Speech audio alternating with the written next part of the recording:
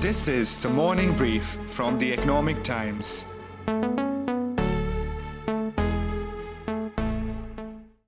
Listeners, please note some first person narratives played in this episode may cause a traumatized person to relive a past experience, especially relating to war, mass attacks, or any other similar incidents.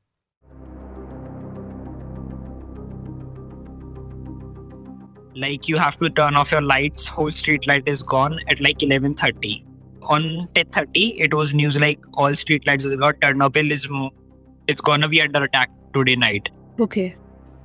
Whole thing was like, oh my god, I'm just telling you right now, I'm having goosebumps. Yeah. You can't even imagine. We just switched off the lights. We just sit in the bathroom because that was the only place, because we have to shut the lights of the whole flat. I was so panicked. I just went to my neighbor and I asked them, what should we do? This is a war. This is not a joke.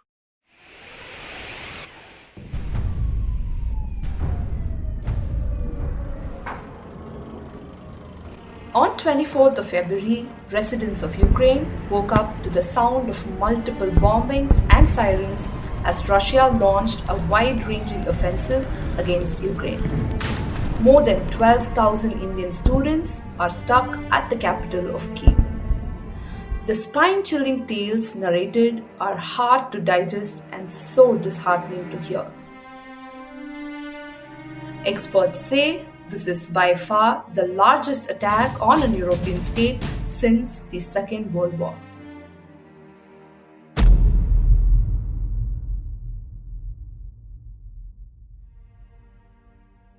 In today's episode, we bring you the stories of stranded students telling us what it's like to witness a war in person. We spoke to Michael Kugelman, the Deputy Director of the Asia Program and Senior Associate for South Asia at the Wilson Center. We also spoke to ET's Political Bureau Head, Pranab Dhal Samanta, to try and understand the role and the impact on India. We also have a market veteran and founder of gquants.com, a global quantitative asset management company, Shankar Sharma, giving us an overview of India's market impact and what investors should do in a time like this. It's the 1st of March, Tuesday. I'm your host, Bhavya Dilipkumar, and you're listening to Russian Roulette on the Morning Brief.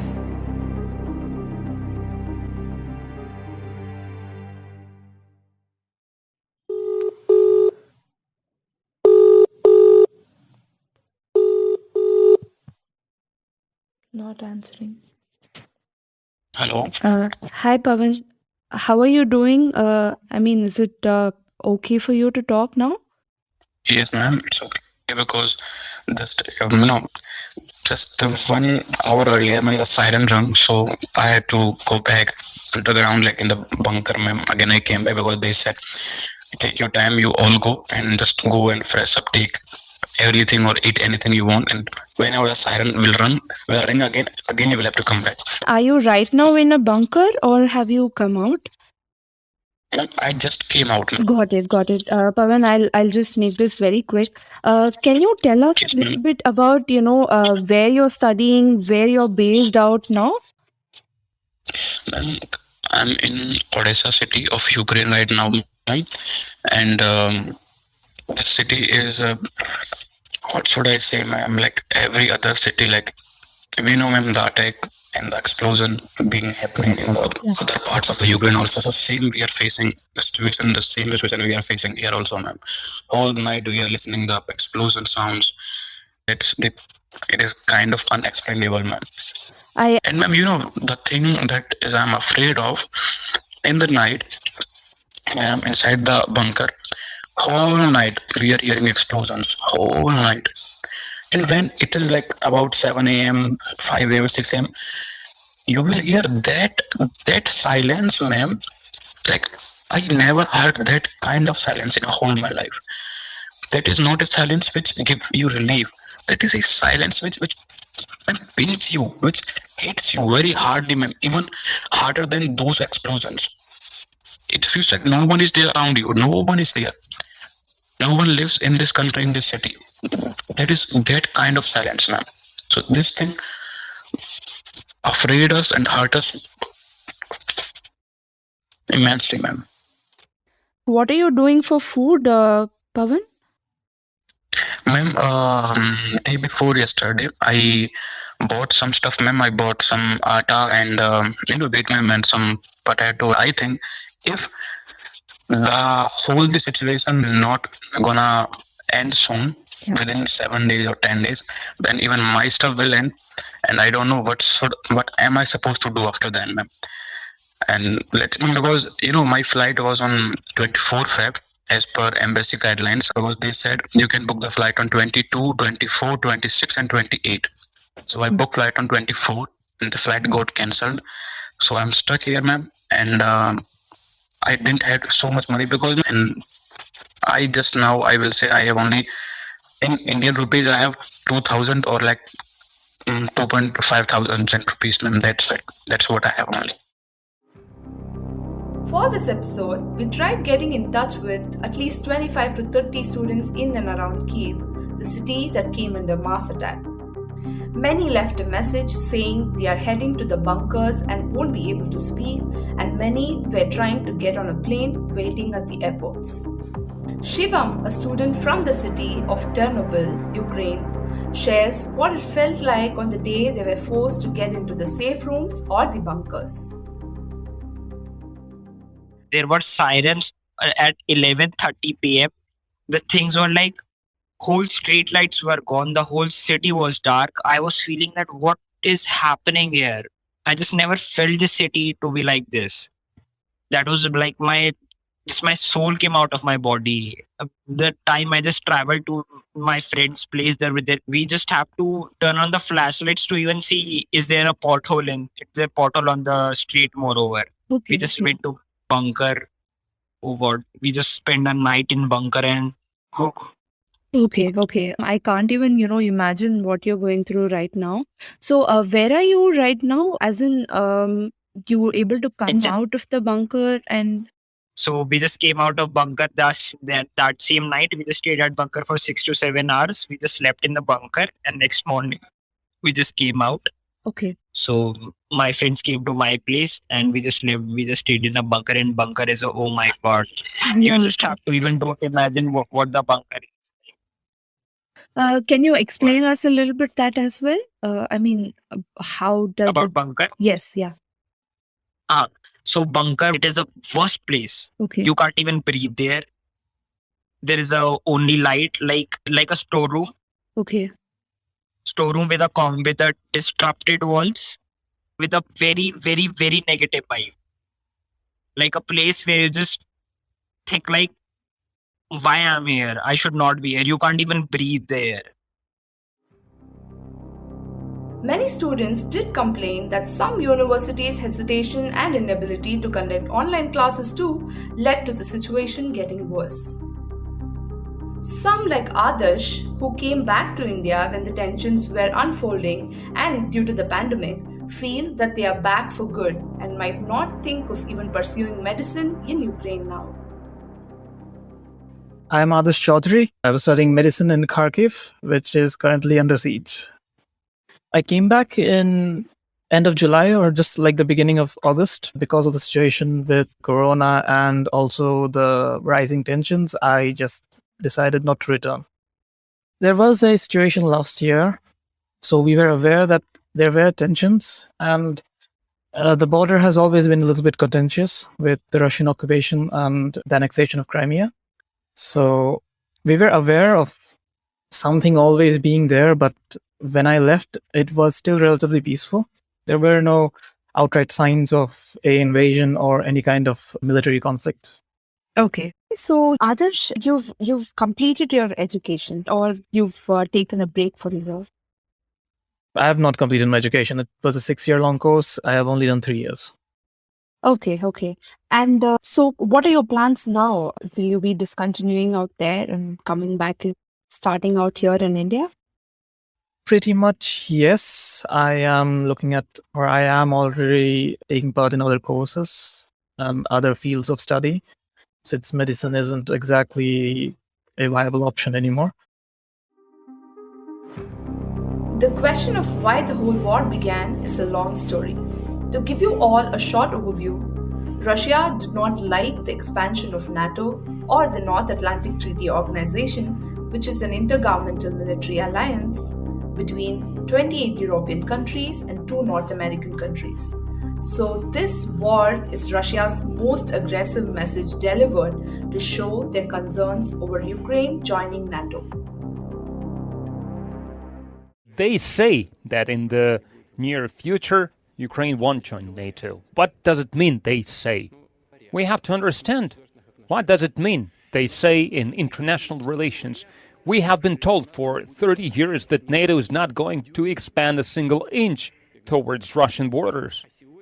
And now we see NATO infrastructure right next to our doorstep. Coming to the current state of affairs. Where does the conflict stand? I spoke with ET's Pranab to get the latest updates on the issue. Coming to the ground, it appears that the Ukrainians have put up a stiffer fight than expected.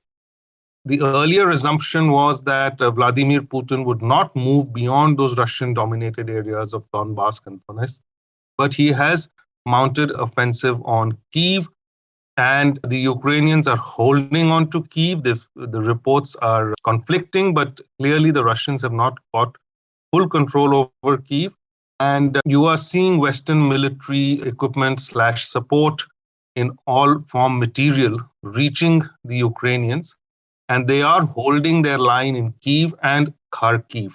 So we have Russia trying to use the nuclear threat to bring the Ukrainians to a negotiating table, and the Ukrainians have agreed to meet on the Belarus border. So let's hope that this negotiations, which we must admit is happening under a nuclear shadow, is yield some way forward, because the military campaign is stuck, and I don't think the Russians gamed for it to go this long. Now, India's stand on the UN Security Council's resolution is very significant. The balanced or the equanimous approach of India, even though criticized by many Western nations, can be justified with what India shares with Russia. Here's what the leading international relations expert Kugelman told me. It was not at all surprising that India decided to abstain from the latest UN Security Council resolution on the crisis. And this is, I think, in great part because of the very special relationship between India and Russia that goes back to the early days of the Cold War, to the early days of India's post-colonial independence. Two countries that have always had a very deep relationship. And I'm struck as an outside analyst of India how so many Indian leaders over time have described Russia as India's best friend, the friend that never lets India down. So I'm not saying that India's position will be increasingly untenable, but it will definitely be an increasingly more difficult thing to do in terms of balancing that position with its need to ensure its close relations with the US and, of course, with the Western countries as well.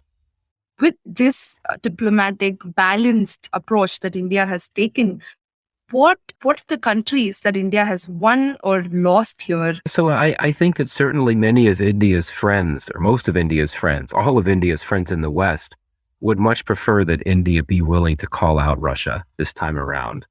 But my sense is that the likes of Washington and even other key capitals in Europe, they certainly don't agree with India's position, but they have come to accept it grudgingly. But there's an acceptance of the fact that it really reflects longstanding Indian policy. And I think there's also a recognition that India has oftentimes declined to call out other countries, not just Russia, when there have been egregious cases of aggression. So, for instance, when the Myanmar junta carried out its coup not too long ago, India was notably subdued and was not willing to criticize that country. So India, because of its strategic interest, is not going to be that country that reflexively lines up alongside the Western countries and calls out countries that the West wants to call out, just because India wants to maintain this idea, this policy of strategic autonomy, wanting to maintain the independence to run its foreign policy as it feels fit. While we heard how Russia is India's best friend as of now, Pranab tells me that it is high time India reconsiders its relations and dependencies on Russia. In many ways, our compulsions are coming to fore over here. We are taking decisions because we really have no other choice. India cannot openly in the short term break away from Russia or take any anti-Russia decision. Yeah. At the same time, it knows that moving ahead, and if you look at how the Americans have supported India vis-a-vis the Chinese aggression, we know going ahead we need America's support. So we really have no option. And what this Ukraine crisis has shown that we have to do the tightrope walk this time, but it has shown that how we have reduced sort of options in such scenarios that this can really be a problem in the future. And we need to work more strategic space and flexibility for ourselves than we currently have. And that, I think, is the big takeaway. We've tried to reduce the defense support from Russia towards the US. We are still dependent on Russia in a big way, right? So is it even possible to think of an alternative here? Look, I will point you back to the 60s, the period between the India-China war, 62, to the India-Pakistan war, the 71 war. Nehru was quite dependent on, hope that America will come. Those days were a little more different. But India could take a decision to go with the Soviet Union and do the Soviet treaty, and that served us well. Now, you have to be practical in the current situation. What may not look possible doesn't mean it cannot happen. The Indo-Soviet treaty at the peak of non-alignment looked impossible even then, but it happened because national security is not dictated purely in terms of what's right or wrong, but what works and what doesn't work. And frankly, Indian dependencies on Russia is something which could become a liability, and India will have to find ways around it. While China getting closer to Russia is a big cause for concern, there is also yet another country India is keeping a close watch of. Russia's President Putin met Pakistan's Prime Minister Imran Khan in the Kremlin today, and this was the first face-to-face talk since the start of the military operation in eastern Ukraine. The two leaders are expected to review the entire array of bilateral ties, including energy cooperation. We have seen over the last few years Russia doing some joint military exercises with the Pakistan army, at the nudge of China perhaps. Not much to get worried about, mostly disaster related, but just symbolically, it shows that things which were never happening in the past are happening now, number one. Number two, during the Afghan crisis, when the first time the Taliban came, Russia, Iran and India were together and were supporting the Northern Alliance against Taliban. This time, the Russians didn't move with India and Iran. They moved with China and with Pakistan, and actually favored negotiations with Taliban. So this is also a big shift. And third, we now saw Imran Khan visiting, though I think the timing of the visit couldn't have been worse for Imran Khan. But from a larger perspective that you point to, Imran Khan visited Russia just the day the Ukraine thing started, and he has been praising Putin through left, right, and center on his comments on Islamophobia, etc. And remember, Imran Khan has still not got a phone call with Joe Biden. So he has got a phone call with Putin, an invitation to visit Moscow, and as they say, he is loving it to some extent. From an Indian perspective, you have a Russia-Pakistan engagement. You see it that the Chinese are able to influence Russian thinking, especially on critical issues like Afghanistan, Taliban.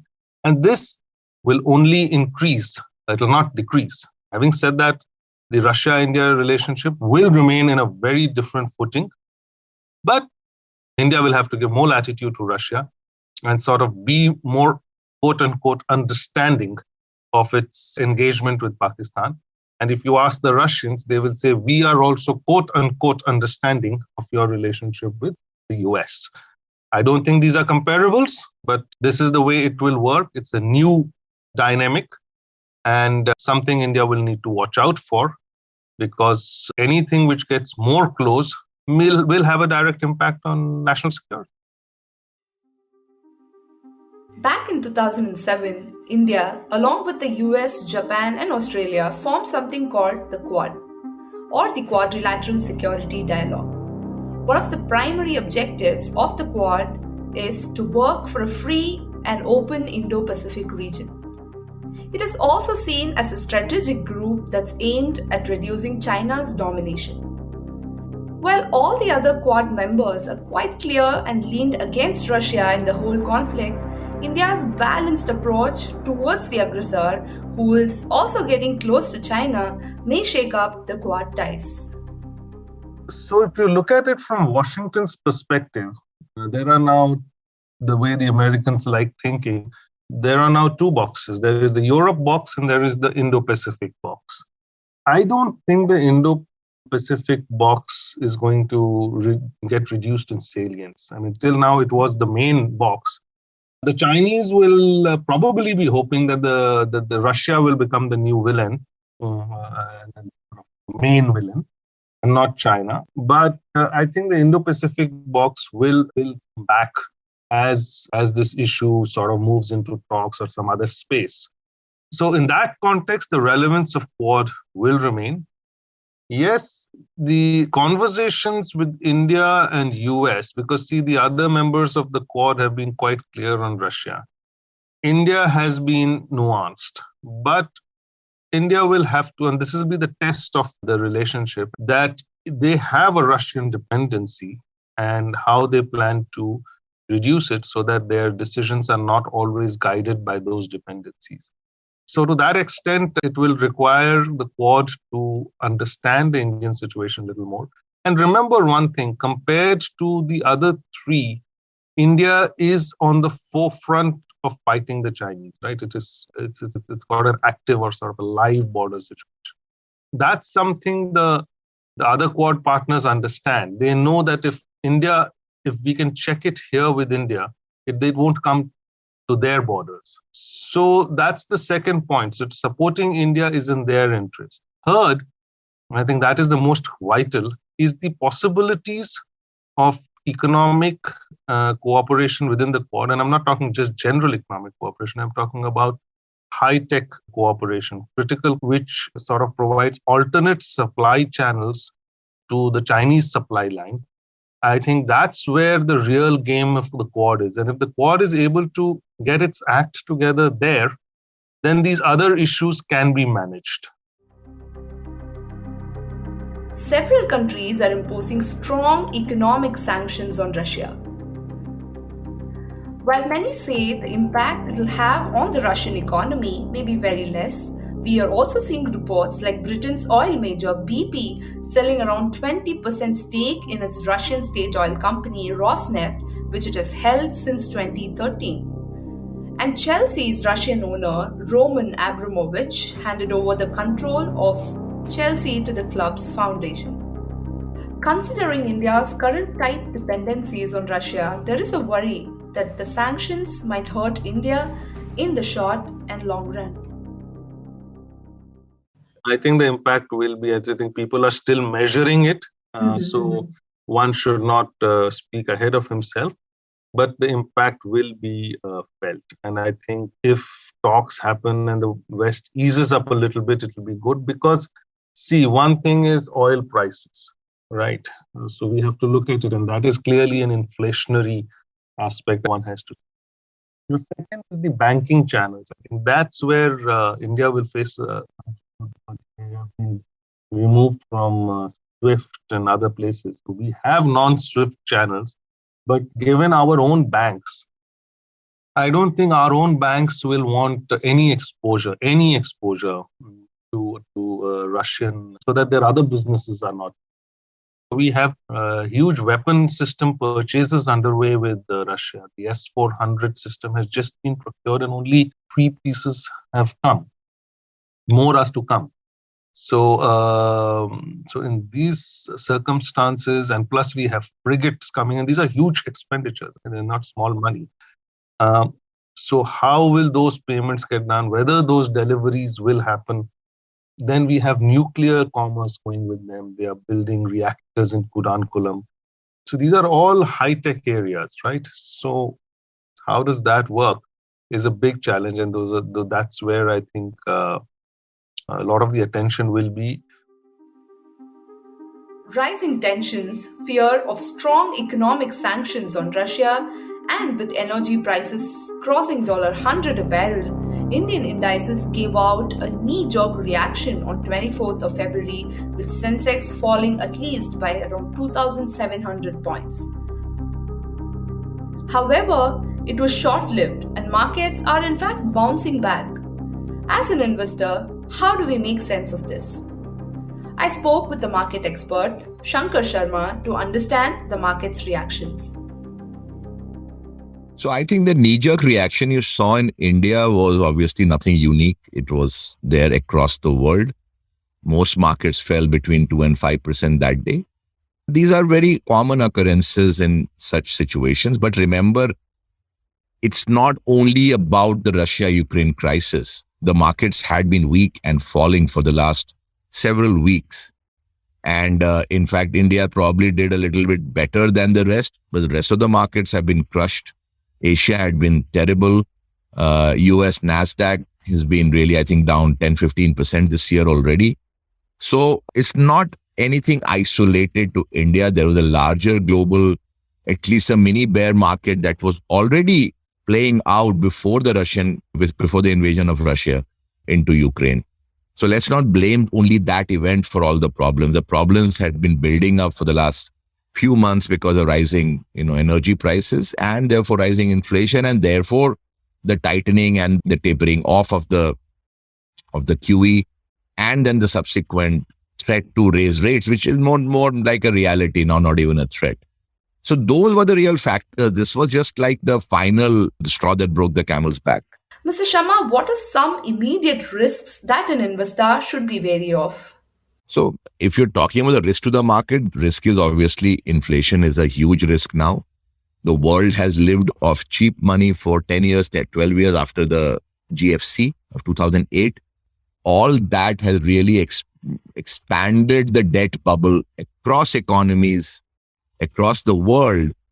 And all that debt money has been inflated using very, very cheap money at nearly no cost, in some cases at negative cost, which is unheard of and unprecedented. And the pandemic unleashed a second form of that easing, which started after the GFC, and that expanded the bubble perhaps to a point at which it is really, straining to burst. And that another place where you're seeing the expansion happening is in commodities. And that's really what the world doesn't want, because the moment you have a commodity rally and a commodity bull market, central banks then will be forced to act. And when they're forced to act, that means they can act with at least one of the two instruments that they have, which is really drain liquidity from the markets and to raise rates, and which is exactly what they're going to do. And that's where the RBI may also get to. It has stayed put so far. But for how long is the real question here. My sense would be that they cannot hold out for too long if inflation continues to remain high. Because remember, elections are coming up. 2024 is not that far off either. The government may not want a runaway inflation situation. So it's going to be a rock and a hard place for the central bank in India. Mr. Sharma, what message do you want to give to the investors here? And what should one do in a situation like this? What I would like to say is that in India, in the Indian market, the top 60-70% of the Nifty stocks, I do not see them delivering 15-20% compounded returns in the foreseeable future. Therefore, investors will need to go down into the small and mid-cap segments to make that extra return.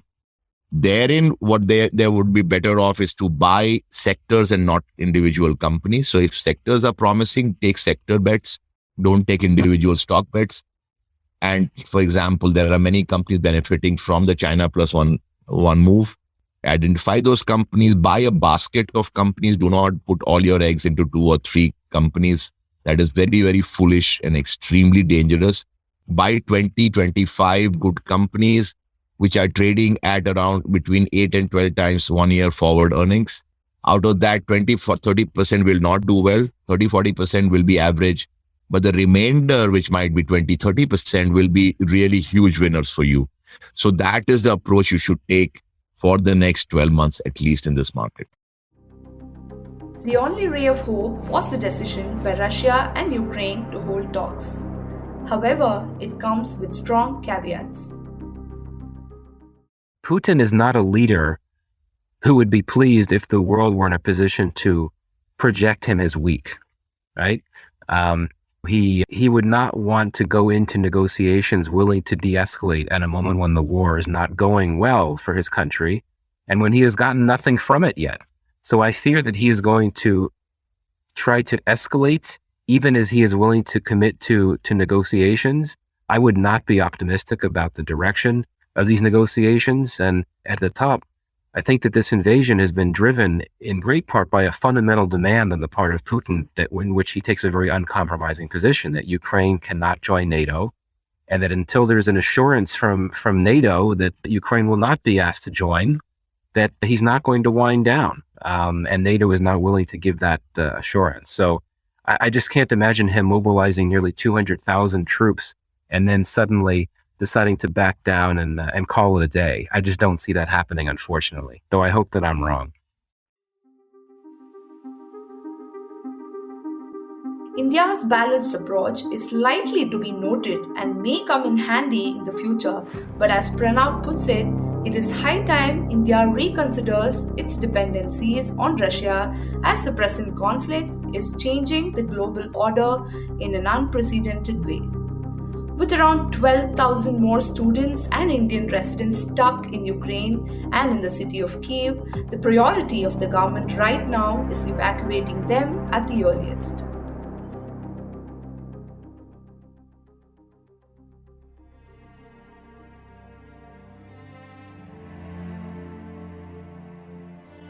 Thank you so much, Mr. Kugelman, Shankar Sharma, Pranab, and to all the students who took the time and efforts to speak even at a time of crisis.